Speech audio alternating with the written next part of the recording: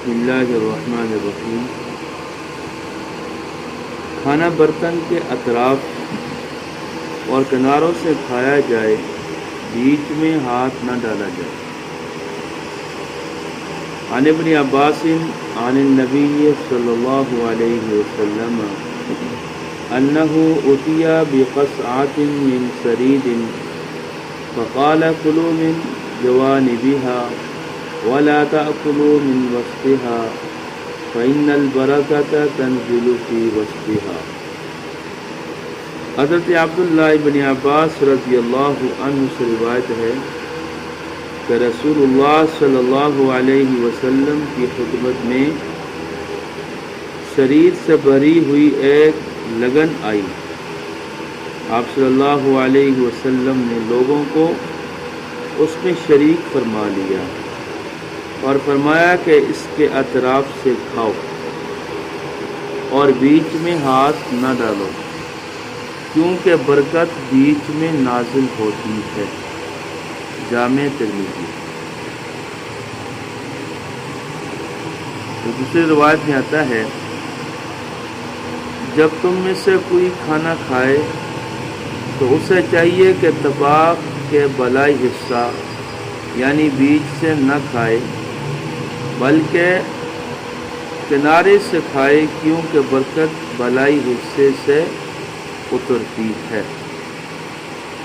تو ان روایات میں کھانا کھانے کی جو سنت طریقہ ہے وہ یہی ہے کہ جب پلیٹ میں کھانا کھا رہے ہوں برتن میں، تو بجائے درمیان میں ہاتھ ڈال کر کھانا کھایا جائے، اس کو کنارے سے جو پلیٹ کا جو کنارہ ہوتا ہے اردو سے کھانا کھایا جائے۔ اور اس کی وجہ آپ نے یہ سنی کہ برکت جو نازل ہوتی ہے اترتی ہے وہ پلیٹ کے درمیان میں۔ جب پلیٹ کے درمیان میں اترتی ہے تو اس کا جو کنارہ ہے پلیٹ کا، اس طرف اس برکت کے جو ہے اثرات پھیل جاتے ہیں۔ تو سنت طریقہ، مسنون طریقہ کھانے کا یہی ہے کہ جب کھانا کھایا جائے تو بجائے پلیٹ کے درمیان سے اس کے کنارے سے کھانا کھاتے رہیں، اور جیسے جیسے پلیٹ میں کھانا ہو اس طرف بڑھتا ہے۔ تو یہ سنت طریقہ ہے کھانا کھانے کا۔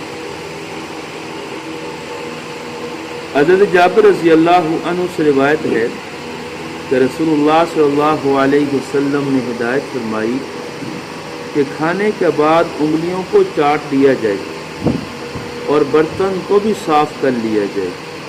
آپ صلی اللہ علیہ وسلم نے فرمایا کہ تم کو معلوم نہیں کہ کھانے کے کس ذرہ اور کس جز میں برکت کا خاص اثر ہے۔ اس روایت میں یہ بات بتائی گئی کہ جب پلیٹ میں کھانا کھایا جائے برتن میں، اس کے بعد جب فارغ ہو جائیں کھانا کھا کر، تو ہاتھوں پر جو کھانے کے اثرات ہوتے ہیں فرمایا انہیں چاٹ لیا جائے۔ اور اس کی وجہ یہ بتائی گئی کہ کسی کو یہ معلوم نہیں کہ کھانے کے کس ذرہ میں، کس لقمے میں اور کس جز میں برکت اللہ نے رکھی ہے۔ ہو سکتا ہے کہ جو کھانے کے جو ذرات انگلیوں پر لگے ہوئے ہیں انہی میں اللہ نے برکت رکھی ہو، اور اس ہاتھ کو دھو لیا جائے اور وہ جو ہے جو برکت ہے اس سے محروم رہ جائیں۔ تو یہ اس بارے میں یہ بات بتائی گئی کہ کھانا کھانے کے بعد جو کھانے کے اثرات ذرات جو انگلیوں پر لگ جاتے ہیں انہیں چاٹ لیا جائے۔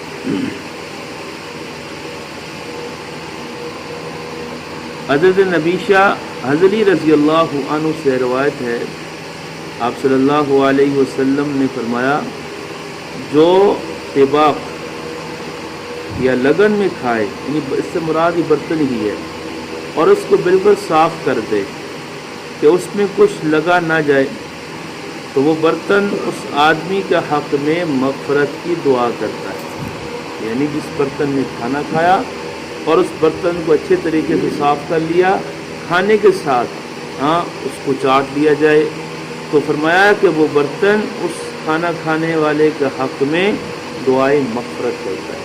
تو یہ ہم کھانا بھی کھا رہے ہیں، ہمارا پیٹ بھی بھر رہا ہے، اور ساتھ ساتھ جو ہے وہ برتن بھی ہمیں دعائیں دے رہا ہے، تو اس کی صورت یہی ہے کہ جب ہم اس کو صاف کریں گے، اکثر شادی بیاہوں میں یہی ہوتا ہے کہ آدھی پلیٹ بھری ہوئی ہے، اس کو نیچے پھینک دیتے ہیں۔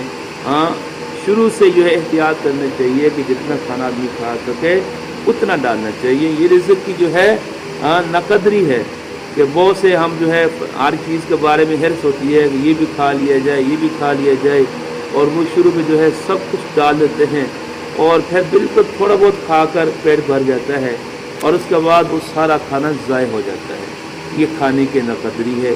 کوئی بھی موقع ہو، کھانا جو ہے تو رزق ہے، چاہے کسی کا بھی ہے، دعوت کا ہے، یا شادی بیاہ میں ہمیں کھانا مل رہا ہے، فری میں مل رہا ہے، لیکن ہے تو رزق ہے، اس کی قدر کرنی چاہیے۔ اتنا ہی کھانا کھایا جائے جتنا ہمیں ضرورت ہو، اور کھانے کی جو ہے ناقدری نہ کی جائے۔